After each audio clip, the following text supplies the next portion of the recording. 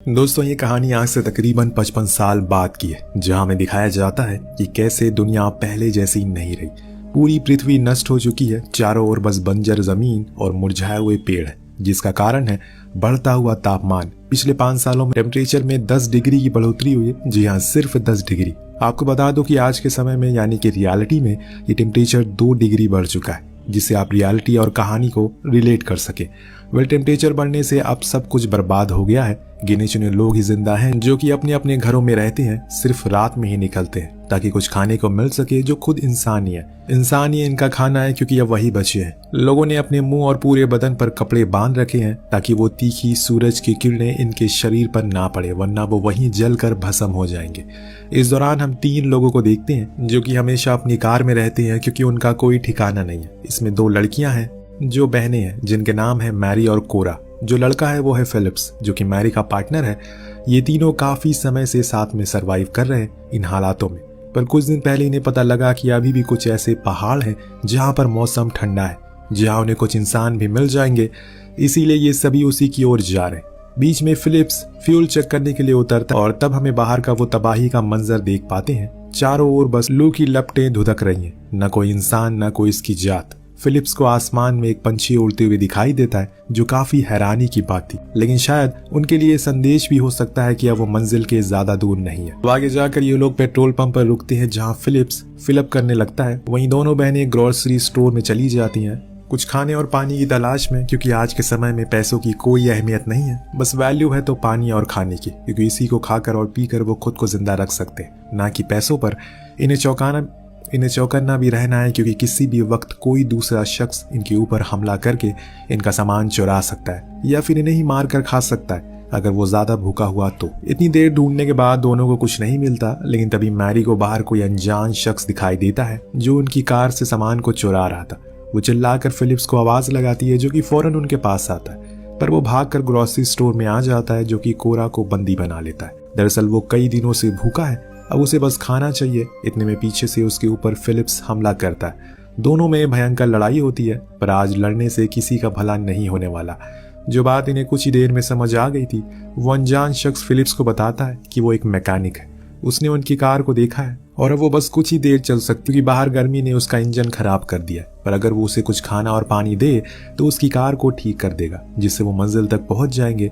बहुत सोचने के बाद फिलिप्स ये सौदा कर लेता है और वो बंदा, जो खुद का नाम जॉन बताता है, वो उसकी कार को ठीक कर देता है। लेकिन जाते जाते वो उन्हें सलाह देता है कि बीच में अगर उन्हें कोई दूसरी कार मिले तो उसे बदल लें, क्योंकि ये कार अब ज्यादा देर नहीं चल सकती। इसमें काफी दिक्कतें आई हैं। उसकी ये बात सुन फिलिप्स परेशान हो जाता है, क्योंकि अगर ऐसा कुछ हो गया तो वो सभी परेशानी में आ सकता है। अब यहाँ जॉन उसको सही बंदा लगता है, इसीलिए वो उससे कहता है कि अगर तुम हमारे साथ चलो तो हमें कोई दिक्कत नहीं होगी।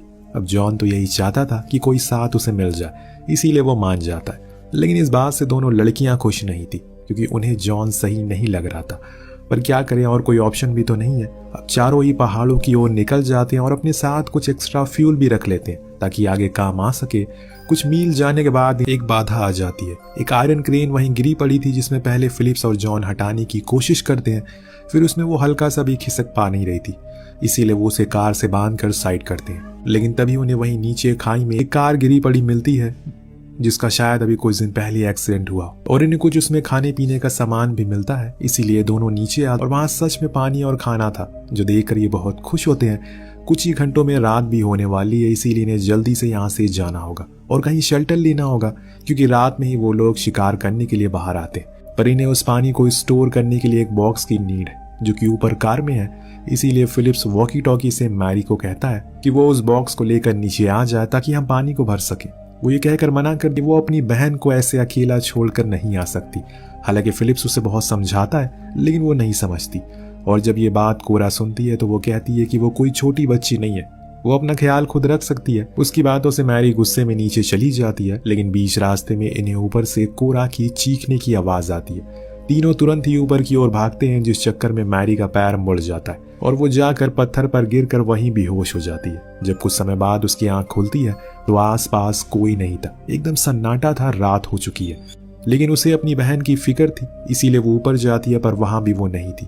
तभी जॉन उसका मुंह पर हाथ रखकर उसे खींच लेता और बताता है कि असल में वहां क्या हुआ था। जब मैरी बेहोश हो गई तो ये लोग ऊपर गए, लेकिन वहां कई सारे लोग थे जो कि कोरा को घसीट कर ले गए। उनकी तादाद ज्यादा थी, इसीलिए अगर हम जाते तो हमारा भी वही हाल होता।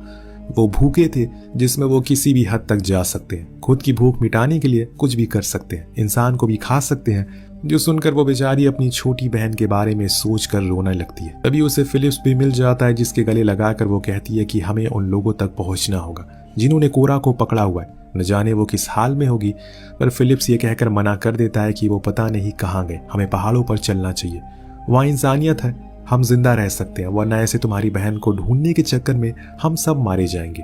उसकी इस बात के कारण दोनों में ही बहस होने लगती है, क्योंकि मैरी तो कोरा को लिए बिना नहीं जाने वाली, चाहे कुछ भी हो जाए। इस बीच जॉन वहां लगे एक टावर पर चढ़कर देखता है जंगल के बीच से कहीं से धुआं निकल रहा था। शायद वो लोग वहीं पर है, तुम्हारी बहन भी वहीं होगी। कोरा बहुत खुश होती है और फौरन तीनों ही उस जगह के लिए निकलते हैं। लेकिन जब वहां पहुंचते हैं तो देखते हैं कि वहां पर तो कई सारे लोग हैं जिन्होंने उसकी बहन को जंजीरों से बांध कर रखा है, और वहां पर आग भी जल रही है। सभी शराब पी रहे हैं और उसकी बहन को मार भी रहे, जो चीज मैरी से देखी नहीं जाती। पर अब क्या करें?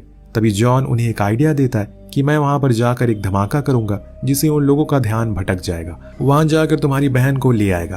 तब तक तुम कार को तैयार रखना। उन्हें ये सही लगता है, इसीलिए अब चुपचाप जाकर वो कार में बैठ जाती है, क्योंकि उन्हीं के कब्जे में थी। वो उसे स्टार्ट करने की कोशिश कर रही होती है कि इतने में वहां पर उन्हीं ग्रुप का एक बंदा आता है जो मैरी को देखने ही वाला कि इतने में जॉन वहां पर धमाका करता है। अब उसने तो अपना काम कर दिया, लेकिन फिलिप्स एकदम फट्टू निकलता है। वो वहां तक जा ही नहीं पाता और भागकर कार में आकर बैठ जाता है और मैरी से कहता है कि जल्दी से कार को भगाओ, वो लोग बहुत ज्यादा खतरनाक है, हम सभी को मार देंगे।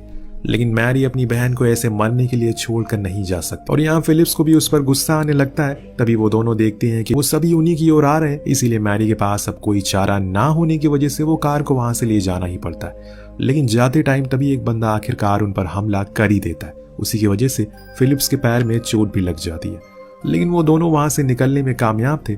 पर कुछ दूर जाने के बाद मैरी फिलिप्स के साथ छोड़ने का मन बना लेती है, क्योंकि वो अपनी बहन के बिना नहीं जाएगी। तो वहीं फिलिप्स उसके इस फैसले से एकदम अधीन था, इसीलिए उन दोनों को अलग अलग रास्ते पर जाना ही पड़ता है। यानी कि अब आएगा इस कहानी में और थ्रिल, तो बस बने रहिए और मजे लीजिए। मैरी इस अंधेरी सुनसान रात में बिना किसी हथियार के चलते चलते एक रेलवे ट्रैक तक पहुंचती है, जहां एक टनल थी।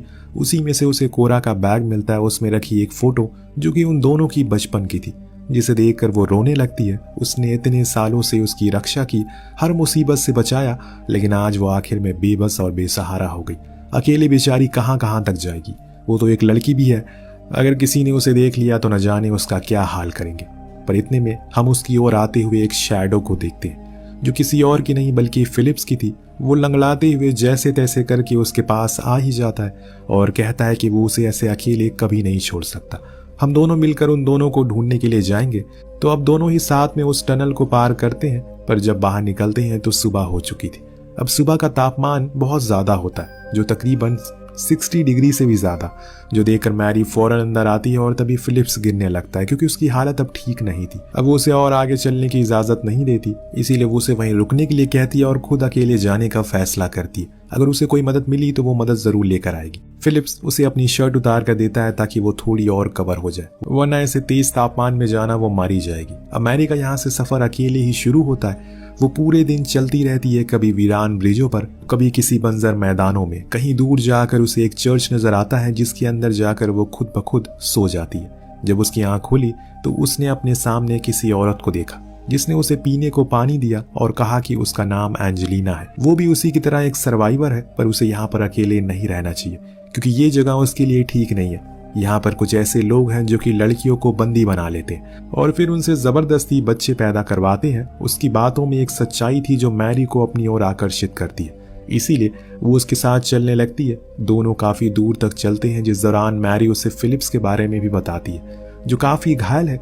कुछ समय के बाद हम घर को देखते हैं, जो कि एंजेलिना का था, जहाँ पर उसका परिवार रहता है, जो देखकर मैरी को थोड़ा सुकून मिलता है कि चलो कम से कम अभी कुछ लोग जिंदा तो हैं जो औरों की मदद करते हैं। एंजेलिना खाने को कुछ खाना देती है और कहती है कि तुम आराम करो। अब आपको लग रहा होगा कि ये कहानी यहीं पर खत्म हो जाएगी, क्योंकि मैरी को तो अच्छे लोग मिल गए, पर किसी पर भी इतनी आसानी से आंख बंद कर भरोसा नहीं करना चाहिए। जो गलती यहाँ पर मैरी ने करी, क्योंकि जब वो सुबह सोकर उठती है तो देखती है कि एंजेलिना ने उसे बाहर से लॉक कर दिया है। वो बहुत चीखती है, चिल्लाती है, पर कोई फायदा नहीं था। तभी उसे बाहर से अपनी बहन और फिलिप्स की आवाज आती है, यानी कि अब उन्होंने फिलिप्स को भी पकड़ लिया। और ये वही लोग थे जिन्होंने शुरुआत में वो जाल बिछाया था, जिसके कारण ये आज ऐसी हालत में, वरना सभी आराम से पहाड़ों की ओर जाते। लेकिन खाने की लालच ने आज खुद इन्हें किसी और का खाना बनाने को मजबूर कर दिया। अचानक वहां एंजेलिना आकर उसे एक ड्रेस देती है और बताती है कि इसको पहनकर नीचे आ जाना डिनर के लिए, कुछ ही देर में हम इंतजार करेंगे। पर यहाँ वो जाने से पहले कोरा को भी उसी कमरे में लाकर बंद करती है ताकि दोनों बहनें मिल सके। अपनी बहन को देखकर मैरी बहुत खुश होती है और उसको गले से लगा लेती है। लेकिन अब उन्हें कैसे भी करके खुद की जान बचाना है, क्योंकि ये लोग कैसे हैं ये बात मैरी अच्छे से जानती है। ये वहां उस रूम में जितने भी कपड़े रखे थे उन्हें जोड़कर एक रस्सी बनाती है ताकि वहां की खिड़की से नीचे जा सके। लेकिन इतने में वहां पर एंजेलिना का बेटा आता है जो दोनों को देख लेता है। पर मैरी उसका ध्यान भटकाने के लिए उसके साथ इंटीमेट होने लगती है, जिससे वो समझ ही नहीं पाता कि असल में अभी यहाँ क्या होने वाला है। और वो एकदम मगन हो जाता है। पीछे से कोरा आकर उसके सर पर हमला करके उसे बेहोश कर देती है और फिर उसी का फायदा उठाकर वो कोरा को नीचे भेज देती है और कहती है कि बिना रुके जंगल की ओर भागते रहना। लेकिन मैरी खुद नहीं भागती, वो उसी ड्रेस को पहनकर नीचे जाती है। जब एंजेलिना उसको देखती है तो उसे लगता है कि उसे अब उसके साथ ही रहना है, इसीलिए उसने उसका कहना माना है। अब वो अपने पूरे परिवार से मैरी को इंट्रोड्यूस करवाती है, लेकिन उनके प्लेट में जो खाना था वो न जाने किस आदमी का मांस था, जिसको देखकर मैरी अपनी प्लेट को फेंक देती है और वहां से भागने लगती है। लेकिन तब तक एंजेलिना का बेटा होश में आ चुका था और उसे तो सच्चाई पता ही है, इसीलिए वो मैरी पहले तो बहुत मारता है और फिर उसे घसीटते हुए ले जाकर एक रूम में बंद कर देता है, जहां पर फिलिप्स भी, जिसके शरीर का बस आधा ही टुकड़ा था क्योंकि आधा तो इस परिवार ने खा लिया। उसकी ऐसी हालत को देखकर मैरी तो खुद को डर सताने लगता है, लेकिन यहाँ उसकी होशियारी काम आती है। दरअसल डिनर टेबल से उसने एक चाकू उठा लिया था, जिसकी मदद से वो अब अपनी रस्सियों को काट देती है। भागकर दूसरे रूम में जाती है, जहां पर जो नजारा वो देखती है उसे तो उसके होश उड़ जाते। दरअसल वो कमरा उस परिवार का स्टोर रूम था, जहां पर उन्होंने इंसानों को बंद किया था ताकि समय आने पर उन्हें काट कर खा सके। उसी में मैरी को जॉन भी मिलता है। यहाँ आते टाइम मैरी ने गेट को खोल दिया, जिसको देखकर सभी बाहर की ओर भागना शुरू करते। लेकिन बाहर बहुत ही कड़ी धूप थी, शरीर जल रहा था। जिनके ऊपर कपड़े नहीं थे वो तो तुरंत मर जाते हैं, जिन्होंने खुद को ढका हुआ था वो बच जाते हैं और भागकर जंगल की ओर जाते हैं। लेकिन यहाँ एक बार फिर मैरी देखती है कि उन्होंने उसकी बहन को पकड़ लिया। तब उसके पास एंजेलिना आकर बोलती है, मैं चाहती तो तुम्हें उसी रात मार देती, लेकिन मुझे लगा कि तुम अलग हो, हमारे परिवार का हिस्सा बनोगी, पर तुम भी इन्हीं की तरह निकली। तभी अचानक से मैरी उसके पेट में चाकू मार देती है, जिससे वो बुरी तरह घायल होकर वहीं गिर गई। उसका बेटा अपनी मां को बचाने के चक्कर में उसकी बहन को छोड़ देता है, जिसको लेकर वो वहां से भाग जाती। अब थोड़ी दूर जाने पर उन्हें जॉन भी मिल गया और तब तीनों ही आगे बढ़ते हैं। कई दिनों के सफर के बाद ये लोग एक गुफा में पहुंचते, जहाँ के पत्थरों से पानी रिस रहा था, यानी कि यहाँ पर पानी है, ऊपर पंछी उड़ रहे हैं, यानी कि यहाँ पर जीवन है, उम्मीद है।